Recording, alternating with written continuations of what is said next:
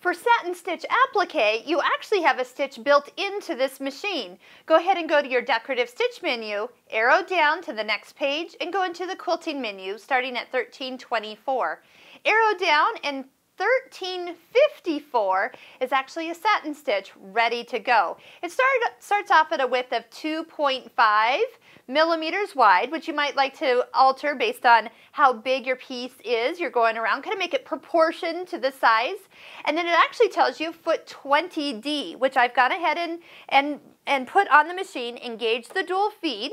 And the benefit of this foot, here let me show you, is actually that underneath here there is a cutout, a groove. So as that satin stitch forms, it doesn't get hung up on the back of the foot. It has a perfect place to go smoothly out the back side. So as I go ahead and put it back on, another thing that I sometimes like to do is actually use my needle position here and move it all the way over to the far right side. So that means that I can use the inside of my toe, kind of like right justified, find the stitch, and I can use that as a guide down the raw edge of my fabric. So as I start to stitch, what I'm going to do is just go ahead and test out the settings here.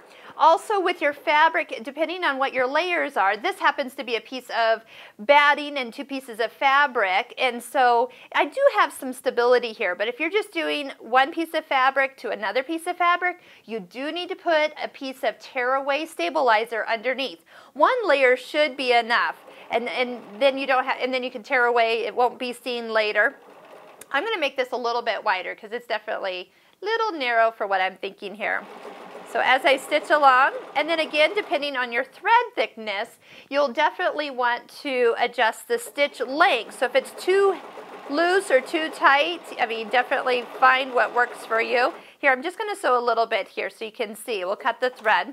You can use the security stitch to lock it, but look how pretty that edge is when you're actually sewing it down. This edge, first it was a raw edge, but once it is satin stitch, that edge will never come undone, and it will be secure through washings and wearings. So just work with the satin stitch width and length to get the perfect result for your shape you're appliquing.